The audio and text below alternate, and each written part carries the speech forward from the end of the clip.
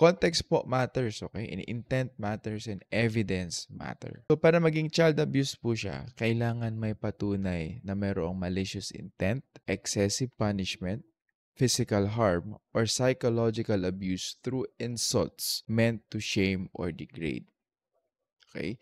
So yung mga teachers po natin may karapatan din under the DepEd Child Protection Policies, Magna Carta for Public School Teachers, which protects teachers from baseless complaints.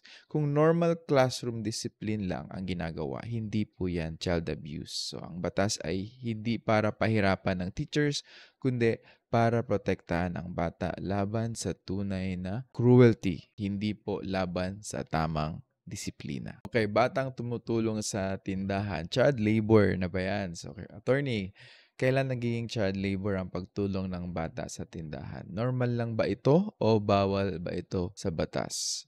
So, maraming batang tumutulong sa sari-sari store, karinderya o tindahan ng magulang.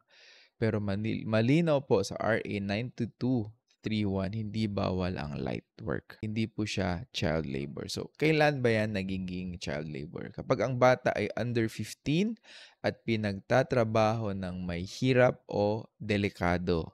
Okay? So, hindi pwedeng magtrabaho ang below 15 maliban na lang kung magulang ang employer at light work lang po. Okay?